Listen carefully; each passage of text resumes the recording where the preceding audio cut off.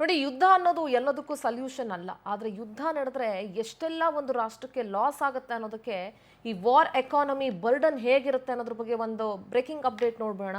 5 ದಿನ ನಡೀತಲ್ಲ ಈ ಮಧ್ಯಪ್ರಾಚ್ಯ ಯುದ್ಧ, ಇದಕ್ಕೆ ಅಮೆರಿಕ ಭಾರಿ ವೆಚ್ಚವನ್ನ ಖರ್ಚು ಮಾಡಿದೆ. 5 ದಿನದ ಯುದ್ಧಕ್ಕೆ ಬರೋಬ್ಬರಿ 37,000 ಕೋಟಿ ಖರ್ಚಾಗಿದೆ.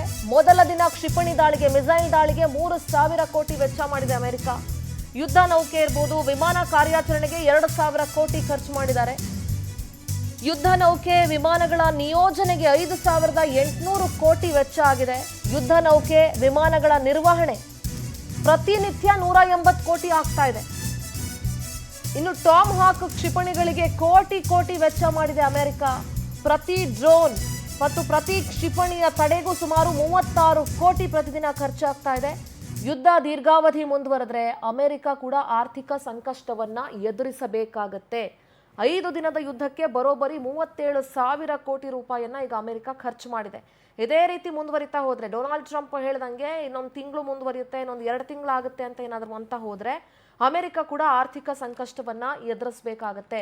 ಸೊ ಅದಕ್ಕೆ ಹೇಳೋದು, ಯಾವ ದೇಶಕ್ಕೂ ಯುದ್ಧ ಸೊಲ್ಯೂಷನ್ ಅಲ್ಲ. ಅದು ಯಾವ ಪ್ರಾಬ್ಲಮ್ಗೂ ಕೂಡ ಯಾವುದೇ ಒಂದು ದೇಶಗಳ ನಡುವೆ, ರಾಷ್ಟ್ರಗಳ ನಡುವೆ ಯುದ್ಧ ನಡೆದ್ರೆ ಒಂದು 20 ವರ್ಷ ಆ ದೇಶ ಹಿಂದಕ್ಕೆ ಹೋದಂತೆ ಅದು.